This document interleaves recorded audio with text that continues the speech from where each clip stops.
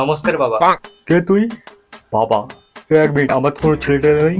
এই তুই সেই না যে 1 বছর আগে আমার মেয়েকে নিয়ে পালিয়ে গেছিলি? হ্যাঁ মানে আমি সেই আর কি। আজকে এখানে কি করছিস তুই? আমার বাড়িতে উদয় হয়েছিস কেন?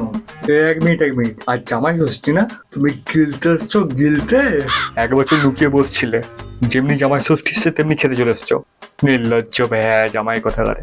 এসে যখন পড়েছো বসো, নিলো। ও শুনছো? পালিয়ে যাওয়া জামাই এসছে না, তোমার পালিয়ে যাওয়া মেয়ের বর এসছে, খেতে দাও। জামাই ষষ্ঠীতে খাবার পরে তা বাবা জামাই, খাবারটা কেমন ছিল? খাবার খাবার তো অসাধারণ হয়েছে, দারুণ হয়েছে খাবার, কিন্তু গোলাটা আমার এত জ্বালা জ্বালা করছে কেন? ও, গলা জ্বালা করছে? তাহলে তো আমার কাজ হয়ে গেছে। কাজ হয়ে গেছে মানে?